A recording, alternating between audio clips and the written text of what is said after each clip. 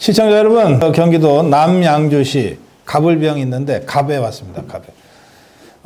이 지역이 화도, 수동, 호평, 평내라고 되어 있는데 아마 춘천 가는 길에 자주 지나다니시는 그 길목에 있는 지역입니다. 남양주시 갑 지역 유낙준 후보를 만나보겠습니다. 안녕하세요.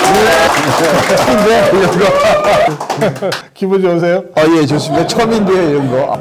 아니, 해병대 사령관 하셨잖아요. 예. 해병대 사령관 할 때 이런 정도 이 환호 이런 거 못 받아보셨어요? 그거는 너무 이렇게 조작된 모습으로 보여서 했는데 연습 안 했는데 이렇게 돼가지고 오늘 매우 기분이 좋습니다. 우리 윤낙준 후보 제가 와서 이렇게 뵈니까 기억이 나요. 우리 고성TV 한번 나오셨던 적이 있고요. 그때 해병대 사령관으로 재직 중에 연평도 포격 사건? 네. 네. 그 직접 연평도에 북한에서 포 쏴가지고 우리 장병들도 2명인가? 3명? 2명. 2명 예. 전사하고 우리 연평도 주민들도 좀 2명. 사상자가. 예. 그때 해병대 사령관이 있었어요. 근데 그때 저한테 뭐라고 그러셨어요? 인생에 제일 잘한 일 그러시면서. 네. 네. 최고 잘한 일 중에 잘한 일이 북한 땅에 포를 쏴서 네. 우리 국민들 속을 시원하게 해드렸는데 좀 아쉬운 거는 네. 좀 더 쐈어야 되는데 그게 좀 아쉬웠고 조금 좀 미안한 거는 그래도 또 우리 동포인데 그런 마음이 지금도 있습니다. 그래도 뭐 우리 포병들은 워낙 타점이 정확하잖아요. 그러니까 북한의 원점 타격을 한 거니까 북한 군 부대를 향해서 쏜 거잖아요. 그럼요. 처음에 2번 사격했는데 네. 처음에 사격할 때는 원점. 쟤네들이 포진지를 발견을 못 해가지고 이제 저희 작전 계획에 돼 있는 어떤 타켓에 특정한 지점. 예. 거기도 물론 이제 군부대죠. 거기에 네. 쐈고 네. 두 번째는 원점을 발견을 했어요. 예. 그 타격을 했고요. 근데 피해 상황은 나중에 확인이 되죠. 그래서 북한이 얼마나 피해를 입었는지. 예, 이제 미국 그 관련된 방송, 네. 또 북한 탈북자들 증언에 의하면 네. 신문에도 이제 보도가 됐고, 네. 10명 사망했고 30명 부상했다는 그 보도를 그리고 봤습니다. 포진지가 많이 파괴되고. 예.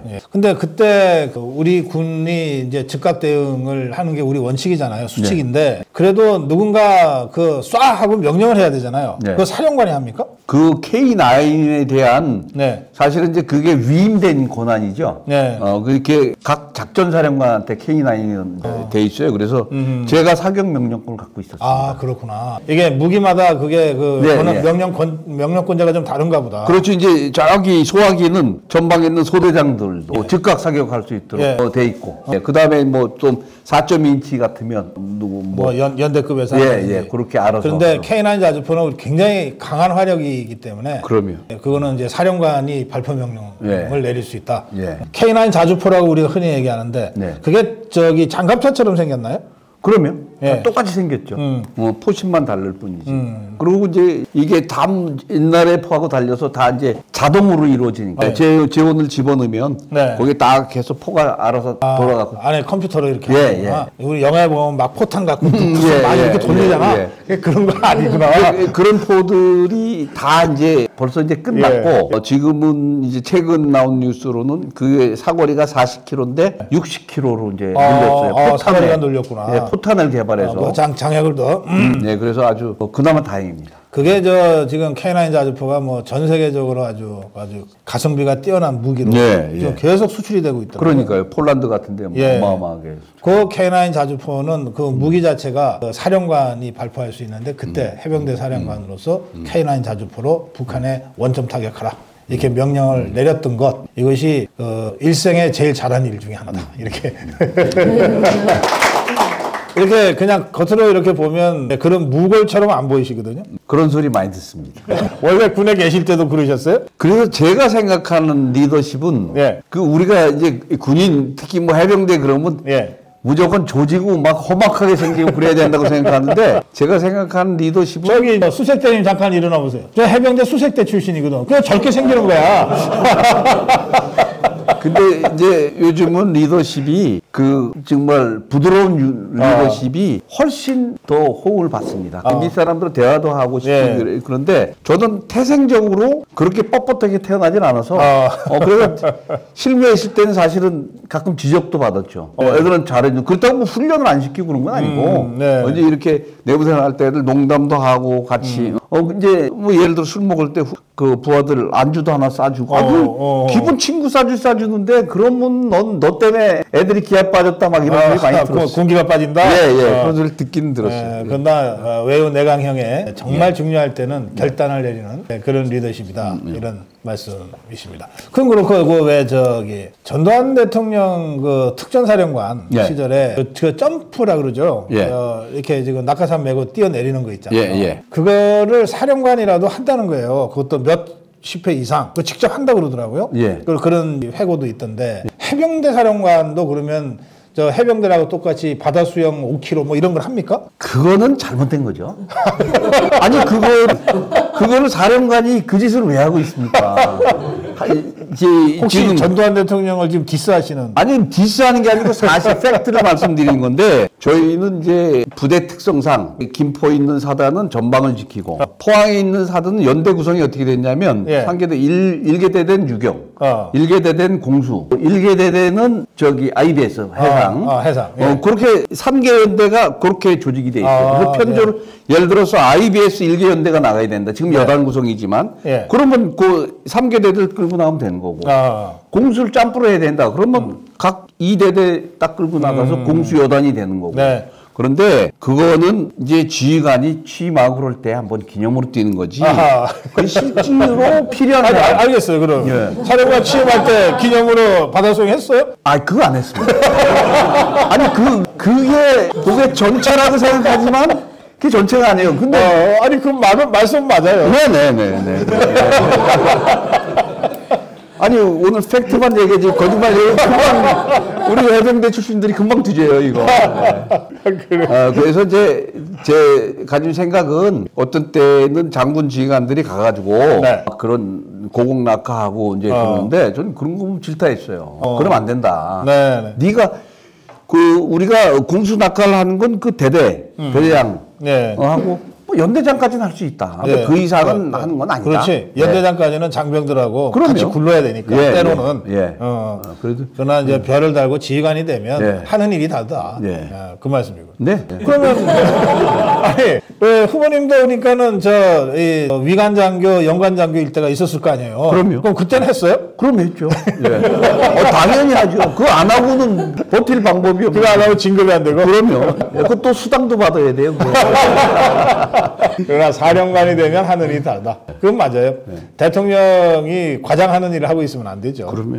여기 남양주시 갑 지역인데요. 이 남양주시 갑 지역 선거 출마는 처음이신가요? 지난번에 공천 신청했다 떨어졌습니다. 왜 떨어졌어요?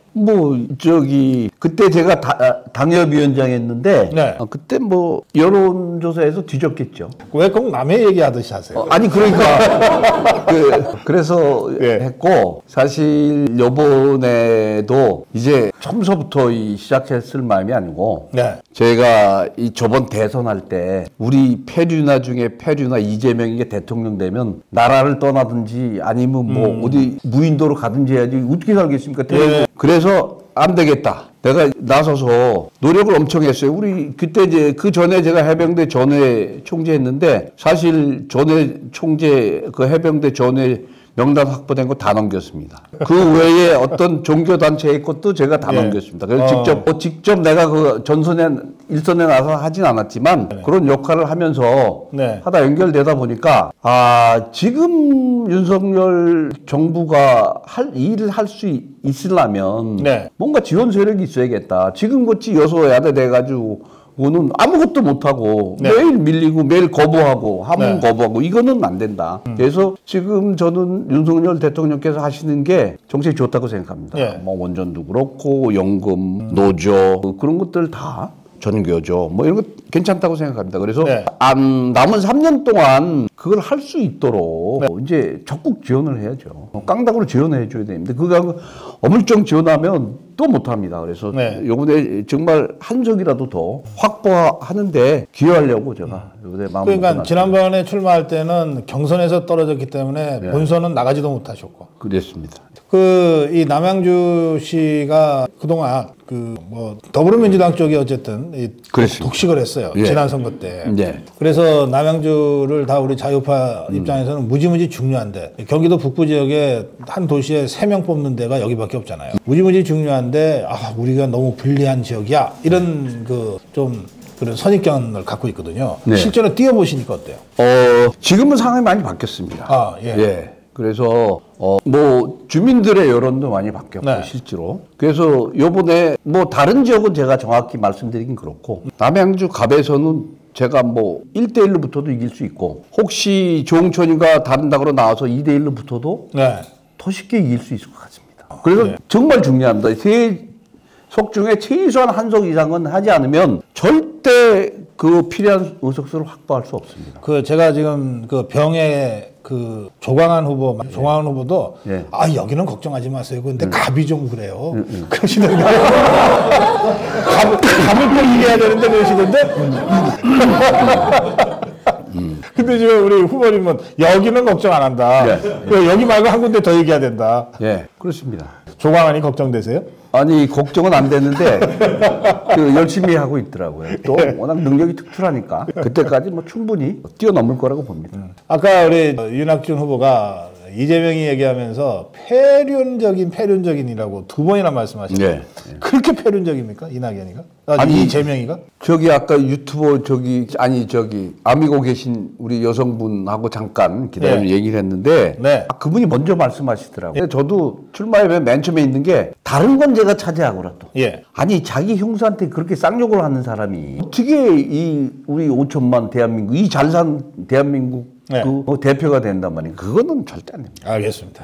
더 자세하게 여쭈면은 진짜 인용으로라도 쌍욕을 하실 것 같아서 제가 여기서 멈출게요. 지금 우리 고성TV가 사전 녹화 제작을 하고 있는데 여기에 다른 유튜브 한 분이 같이 하고 계세요. 안녕하세요. 이 유튜브가 윤학준TV입니다. 구독자가 무려 8명이라고. 우리 수색대님부터 빨리 구독하세요. 해병대 사령관님 유튜브예요. 필수. 이 방송 보시는 고성TV 시청자 여러분, 윤학준TV 들어가셔서 구독하시고 또 좋은 댓글도 좀 남겨주시면 좋겠습니다. 윤학준 후보한테 굉장히 큰 힘이 될 겁니다. 자, 우리 시청자들한테 제가 윤학준 후보하고 이제 이런저런 말씀을 나누면서 해병대 사령관으로서 어떤 리더십을 보였는지 또 어떤 과정을 거쳐서 이렇게 정치의 최전선에 서게 됐는지 대략 전해드렸습니다만 그래도 인간 윤학준을 우리 시청자들께서 좀 궁금해하실 거예요. 그래서 윤학준이 어떤 사람인지를 좀 증언해 주실 분 한 분만 모시겠습니다. 여기 손자들이 많이 계시다고? 두 분이 교장 선생님. 손자인데 무슨 2분이야. 어느 분이 나오실래요? 손자 중에 한 분 나오세요. 자, 여기 자석 가지고 좀 나오세요. 여기 후보님 잠깐 좀 땡겨. 이쪽으로 저한테로 오세요. 자, 박수로 환영해 주십시오. 마이크 제가 드릴게요. 이 마이크 쓰세요. 드시고 손자인데 조금 나이가 좀 들어보고 가까이 대고 말씀하세요. 어쨌든 여기 윤학준 사령관님이 차산이라는 곳에 기계유씨 집성촌입니다. 이러다 보니까 저희는 몇 대가 이제 13세 때 여기 살고 있는데요. 모여 사시는구나. 예전에 이제 저희가 벼슬을 하면은 임금님이 사폐지를 주잖아요. 우리 조상 중에 좌회정을 하셨던 분이 계셔서 이 사폐지로 여기 뿌리를 내리게 된 겁니다. 그래서 우리 사령관님을 제가 어렸을 때부터 존경하고 저는 이제 학교에서 교장으로 퇴직을 했습니다. 그러면서 실제 사람 나이로는 누가 위예요? 사람은 위죠. 아니 학렬도 위고 나이도 위예요. 나이 차이 별로 안 나실 것 같은데. 저는 어디 가면 대학생이라고 하는 것 같아요. 하여튼 학렬로는 손자입니까? 네, 맞습니다. 그럼 할아버지에 대해서 소개 좀 해주세요. 우리 할아버지는 사실 같은 성씨라기보다는 우리 지역에서 우리 아주 회사까지 나오시고 또 사령관까지 하셔서 이 지역에서는 진짜 이 별을 하나도 아닌 3개까지 다실 정도로 굉장히 추앙받는 그런 분이십니다. 그래서 37년간 군에 생활하셨지만 앞으로 이제 우리 하루가 멀다 하고 포를 쏴대는 우리 북한 정권에서 우리 대한민국을 아주 안전하게 지켜주실 네. 그럴 분이라고 생각합니다. 다 좋은데요. 네. 아니 어떤 인간이냐고 제가.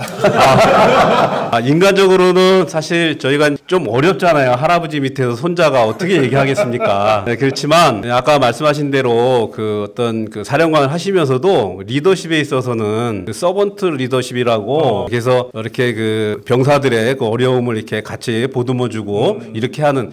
그러니까 요즘같이 그 리더십 하면은 이렇게 그 상하로 명령하는 그런 리더십이 아니라 그 밑에서부터 이렇게 그 존경받는 그런 리더십이 앞으로는 더 이렇게 사회를 살아가면서도 그런 그 젊은 장병들에게도 많이 감동을 주는 그런 사령관이었다고 생각합니다.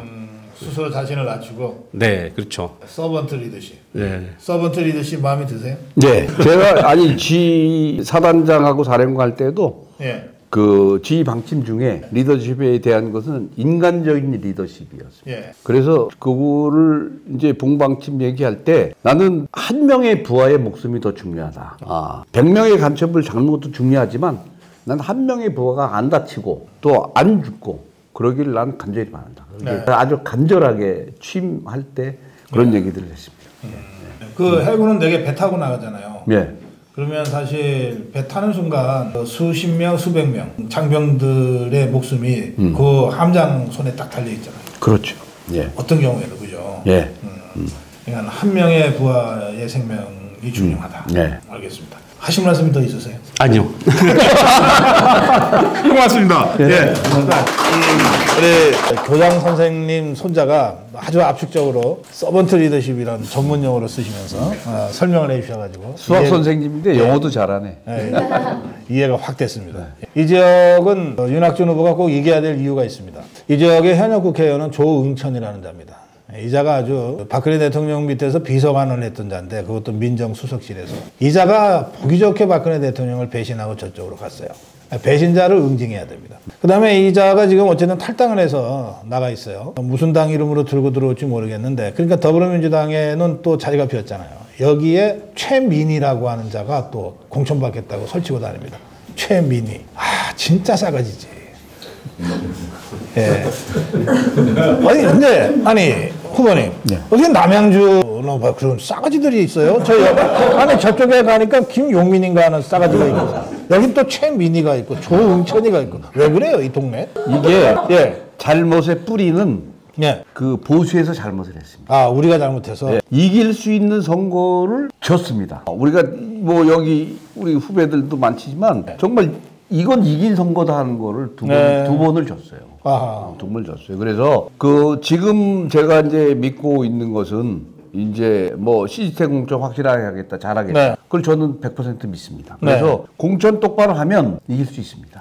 여기 이길 수 있습니다. 지난 25번 하면서 한 3번은 졌고 네. 두 번은 공천 잘못해 2번은 정말 자멸했습니다. 너무 이긴다고 자신해서요. 네. 그래서 종천이 같은 애들 키워줬거든요. 그때 싹을 잘랐어야 되는데 이번에 중앙당의 방침대로 시스템 공천, 투명한 공천, 공정한 공천만 이루어진다면 이길 수 있다. 네, 알겠습니다. 그 남양주를 확 바꾸겠다고 지금 하셨는데 남양주가 지금 인구도 굉장히 빨리 늘고 그래서 경기 북도 쪽에서는 국회의원이 3명 뽑는 몇 안 되는 도시예요. 그런데 뭘 바꾸시겠다고? 다 바꿔야죠. 다 바꿔야 돼. 우선 사람을 바꿔야죠. 사람 바꿔. 그걸 해야 돼. 예, 국회의원 바꿔서 지금 남양주가 74만 5만 이러는데 아침에 여기서 광역버스 타고 지하철 타고 젊은이들이 강남으로 청량리로 출근하는 거 보면 정말 기가 막힙니다. 막 어떻게 보면 줄이 100명 이상 서 있어요. 광역버스 출발하면 그 다음 들어오면 또 차도 또 출고. 버스 정장. 그 다음에 저녁에 퇴근할 때 잠실 환승센터 가보면 거긴 더 난립니다. 더 난립니다. 그건 저도 이 동네에는 가급적이면은 안 올라 그래요. 그냥 또 돌아가지. 아니 너무 막혀. 그래서 젊은이들이 와서 자리 잡고 살 수 있을 요건을 금방이 안 되겠지만 조성해줘야 되는데 제가 지난번에도부터 얘기를 했는데 이 대기업 하나 제대로 불러들여서 걔네들이 거기 출퇴근하고 그러면 여기 생활 여건도 안정되고 그 수요도 줄이고 그런 게 첫 번째입니다. 그리고 여기 이제 많은 후보들이 저도 이렇게 보니까 20년 동안 어떤 서울대학교 나온 사람은 혹시 서울대학교 아니요? 아니 전 그런 학교 그 서울대 더 좋은 학교를 나왔어요. 서울대학교 나온 사람들이 서울대병원을 유치하겠다고 그랬고 어떤 사람들이 대형 병원을 유치하겠다고 그랬고 대학교를 유치하겠다고 그랬는데 저는 이게 다 거짓말이라고 생각합니다. 아니 제가 사단장 할 때 사단에 ATM기를 하나 설치하려고 그랬더니 은행에서 안 와요. 그래서 제가 화를 엄청 냈어요. 그래서 정말 막 욕을 하고 그랬거든요. 이 건방지게 어디다 하나 설치하면 욕을 막 했어요. 근데 이제 와서 설명하는 거 했더니 수지가 안 맞는데요. ATM기 설치해도 그때만 해도 카드가 없었거든. 우리 현역들이. 그러니까 간부들만 쓰니까 안 맞는 거야. 그래서 그래 그럼 맞다 그랬는데 여기 대형 병원의 예를 들어섰다 그러자. 그러면 우리가 74만이라고 해도 우리가 예를 들어 호평에 설치했다. 그럼 호평 위쪽에 있는 사람들이 거꾸로 일로 오겠습니까? 서울 쪽으로. 서울로 가지. 그러니까. 그 해봐야 가평 사람들 들어오고, 뭐 이쪽에 있는 남양주 사람들 들어오는 건데 대형 병원이 종합병원이 와서 수지가 맞겠냐. 그래서 제가 생각하는 큰 기업체가 따라 들어오면 거기에 대해서 뭐 여러 가지 보험 문제도 따라갈 것이고, 그걸 또 거기서 자기네 어떤 커넥션도 있을 거고, 그래서 전 그때 돼야 들어오지. 전 지금 그렇구나. 그러니까 큰 기업체 하나 유치해 놓으면 지그들이 알아서 병원도 짓고 길도 닦고 할 거다. 그래 편성해 가자. 그럼요. 좋은 작전이십니다.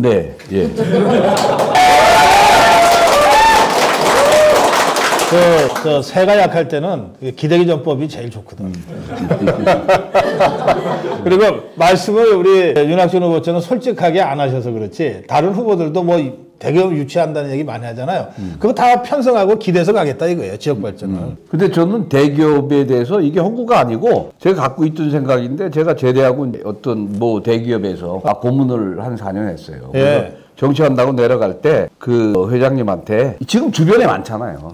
아파트 써야 있는데 이전해야 될 그래서 하나 주십시오 그랬고 제가 거기에 대한 확실한 인맥을 갖고 있고 정보도 갖고 있습니다. 그럼 뭔가 하나를 유치하긴 하실 거예요. 그래서 지금 이제 용인으로 간 평택으로 간 그런 것 중에 하나가 여기도 후보지로 선정이 돼가지고 조사했었어요. 좋아요. 국회의원이 되면 그거 유치하겠다는 말씀이신데 안 되면은 가만히 있을 거예요? 지역 발전을 위해서 내가 떨어져도 그거는 유치시키려고. 저는 저번에 그래서 공천 되면 제가 가서 그 우선 그룹 회장을 만날 거고 그 다음에 서울대학병원 아니고 그거보다 좀 뭐 그레이드를 얘기하면 안 되고 그거보다 더 좋은 병원.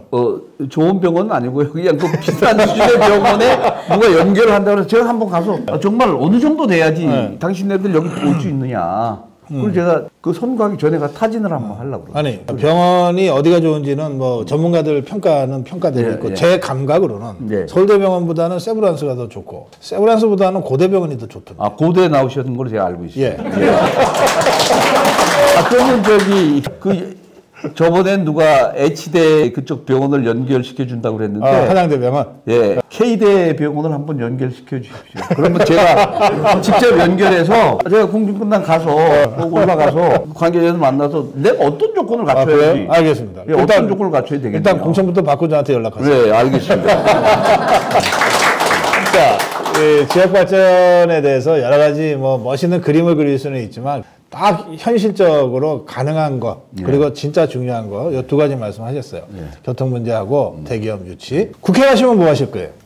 저는 지금 우리 안보 문제가 또 올해 들어 아주 중요해졌잖아요. 그래요. 여러 가지 우리가 그 군에 있는 가는 장병들 사실은 그 봉사 희생이잖아요.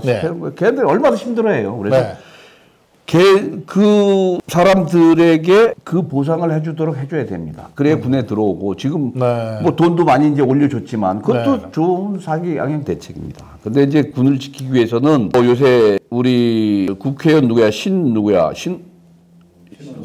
신원식 장관이 국방장관 와서 이제 뭐 아주 강성으로 잘 하고 있는데 9.19 군사합의를 우선 파기해야 됩니다. 왜냐하면 폐지하자. 왜냐하면 지금 그거 하는 동안에 특히 서쪽에 있는 비행 물체가 20km 내에서는 못 뜨게 돼 있어요. 그거에 그러면 백령도 끝에서 장산고까지 17km예요. 그럼 백령도에선 저기 공격 헬기 지금 들어가 있는데 이렇게 뜨는 순간 위반이에요. 9.19 위반이네. 위반이에요. 그 쓸 수가 없어요. 그 북한 애들은 그거 다 계산해서. 그럼요. 문재인한테 이거 받아라. 그러니까 그때 누구야? 그 장관이 송영무잖아요. 예. 우리 사관학교 7년 선배. 해군? 예. 아이고, 송영무가 선배예요? 예. 이런 참네. 그러니까 제가 뭐 이런 얘기해서 좀 그렇지만 이 국방부 장관은 육군 시켜야 돼요. 해군 공군 시키면 저는 시켜줘도 안 합니다. 그거는 거기에 대부분을 차지하고 있는 육군에서 그 중에도 지금 신원식 장관이 지금 있는 중에서 잘하고 있어요. 그래서 조금 이제 나중에 제가 국회의원이 되면 좀 부드럽게 하라고 제가 코치를 할 거예요. 제가 2년 선배예요. 그래서 그거 하고. 그래도 백령도에서 어떤 일이 있냐면 포를 갖고 사격을 하러 육지로 나와요. 그러니까. 가서 사격을 하고 들어오면 그런데 문제는 뭐냐? 사격을 우리 거기 걔네들은 병사들은 사격을 다 해봤지만 거기 있는 포 전체가 나오는 게 아니에요. 뭐 그래도 후방에 있는 포를 끌고 나오고 아니면 여기 있는 포를 갖고 사격만 방아쇠만 당겨보고 가는 거예요. 그러면 그동안 안 쏴봤던 포들은 어떻게 할 것이냐? 그러니까. 그 K9은 그런 대로 괜찮아. 그런데 거기 아주 막 정말 이런 표현해서 안 되지만 고려짝 때부터 있던 해안포라는 게 있어요. 구형 전체에 띄워놨던 해안포가 아주 쫙 깔려 있어요. 근데 그거 옛날 거라고 무시하면 안 됩니다. 근데 그렇죠. 제가 백령도 여단장 할 때는요. 거기 있는 포 다 사격했어요. 그러니까. 그 피해 보상해주면서 한다? 오늘 나가지 마. 금을 걷어? 쏜다? 다 쐈어요. 정말 사명 갖고 걸고 쐈어요. 저뿐만 아니고 많은 거기 지휘관들이 그렇게 했는데 지금 그거 못 쏜 지 몇 년이 됐어요. 저거 나갈지 안 나갈지 모릅니다. 그러니까요. 이게 총알이 50년 됐다고 해서 사람 안 죽는 거 아니거든. 저거 저 화력은 떨어지. 이제 훈련하는 게요. 군인을 훈련시키는 거예요. 우선 기계를 작동하고 한 번이라도 진짜 쏘는 것하고 쏘보는 것하고 컴퓨터 시뮬레이션하고 다르잖아요. 그다음에 두 번째는 기계가 제대로 작동되는지 점검하는 거잖아요. 오래된 기계일수록 석 달에 한 번씩 쏜다든지 이게 뭐 때가 꼈는지 어떤 이거 다 점검해야 되거든. 근데 그걸 못한 거야. 9.19 군사합의 때문에. 오죽하면 이제 제일 강력한 화력이 K9 자주포니까 K9 자주포는 연습을 해야 되니까 이걸 바지선에 싣고 육지로 갖고 온 다음에 육지에 있는 사격장까지 끌고 가서 거기서 쏘아서 연습하고 그 사이엔 이게 비잖아. K9 자주포 자리가. 그거는 육지에 있는 다른 K9 자주포를 갖다 놓고 이 짓을 했어요. 문재인 때. 그래서 제가 한 말씀 더 드리면 그 문재인 대통령이 후보 때 제가 그때 해병대 전후에 총재를 했어요. 그때 해병대가 100만 아닙니까? 100만. 그랬더니 어서 뒤로 살살살 해서 연락이 왔어요. 한번 독대를 하자. 문재인은 앞으로는 잘 못해. 맨날 뒤로 뭐 이래요. 그래가지고 제가 어느 식당에서 둘이서 만났어요. 만났더니 다 이렇게 좀 꾸부정하잖아요. 이렇게 좀 걸음걸이가 어정쩡한데 이렇게 들어오면서 아이고 총재님 해병대가 많이 커야 되지 않겠습니까? 이러고 이제 들어오는 거예요. 그래서 제가 그랬어요. 해병대는 더 키우실 필요 없습니다. 더 키우면 잘립니다. 여기까지만 커서 우리는 정말 해병대는 병력이 많아서 그런 게 아니고 지금 있는 걸로 강하게 훈련시켜서 하면 되는데 그래서 이제 그거를 해서 더 키워주십시오 이러고 들어올 줄 알았더니 그렇게 안 합니다. 40분 앉아서 얘기를 했는데 제가 두 가지만 말씀드리겠습니다. 그래서 이건 반드시 지키셔야 됩니다. 첫 번째 아까 얘기한 복무기간 단축하면 안 됩니다. 이 3개월이지만 22개월, 18개월 이게 정치에 이용되면 안 됩니다. 그렇죠. 이건 정치하고는 틀립니다. 말씀드렸고 그 다음에는 전시작통권 노무현 정부 때 환수한다고 해서 난리가 났잖아요. 1,000만 서명받는다고 예비역들 막 해서 막 돌아다니고 막 난리가 났는데 실제로 1,000만 서명을 했어요. 그랬는데 이거 하시면 나라에 혼란 옵니다. 그래서 그거는 어떤 조건을 만드십시오. 그래서 제가 그 얘기를 했어요. 5만 불, 국민소득 5만 불. 그 다음에 정보 자산, 지금 뭐 얼마라고 말씀드렸지만 그거를 우리가 거의 다 갖고 들어왔을 때 그때 검토하십시오. 문재인이가 뭐라 그러던가요? 그랬더니 예, 알겠습니다. 그랬는데 가자마자 전시작통권 환수한다고 그래가지고 괜히 그날 저녁에 그 보좌관들하고 술만 먹고 그냥 술만 날렸어요. 그 후보님 진짜 쓸데없는 짓을 많이 하셨네. 제가요? 그런 자를 만날 시간이 어디 있어요? 저는 사람을 믿었죠. 알겠습니다. 국회 가시면 뭐 여러 할 일들이 기다리고 있겠지만 9.19 군사합의 폐지부터 하겠다. 이렇게 제1호 공약입니다. 우리 윤학준 후보의 제1호 공약. 9.19 군사합의 폐지를 위해서 국회에 들어가야 되겠다. 예, 시간이 좀 많이 됐네요. 저하고 같은 회사 직원이에요. 네, 와서 보니까 그러네요. 저는 아시아투데이의 주필이고요. 아시아투데이의 고문이세요. 같은 회사 동료로서 악수 한번. 아시아투데이가 우리 종합일간지인데 자유파 정론을 표방하고 특히 군사안보 쪽으로는 아주 원칙적인 입장을 문재인 정권 하에서 탄압받아가면서도 꼭 일관되게 해왔어요. 이제 우리는 윤학준 후보 같은 분들이 이제 그 회사의 고문으로 딱 포진하고 있어서 아시아투데이가 그렇게 올곧게 길을 걸어왔다 그렇게 생각합니다. 예, 우리 국민의힘 남양주시 각 후보입니다. 이게 당선시켜야 될 이유가 자꾸 늘어나네. 자, 마무리 한 말씀 듣겠습니다. 인사 말씀.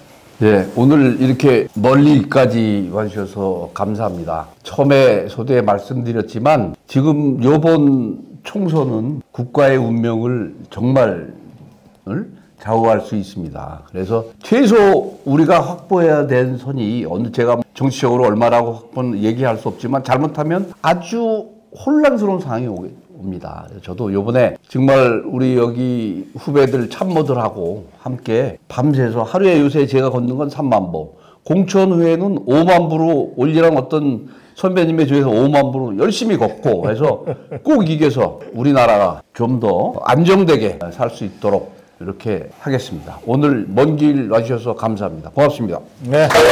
하루 5만 보면은 무슨 UDT 훈련 그 정도 아니에요? 근데 가능한 게요. 10,000보, 제가 평상시에 한 15,000보, 2만 보 운동삼아서 걷는데 3만 보는 그거 조금 더 되는 거니까. 예, 그래서 그 정도 5만 보는 그보다 조금 더. 예. 뭐 10만 보 하시지 뭐. 그래서 그러면 이 행사도 있고 따라갈 수가 없어요. 그렇지 않으면 시간만 하루 종일 걸으려면 걷겠는데. 네, 역시 합리적이네요.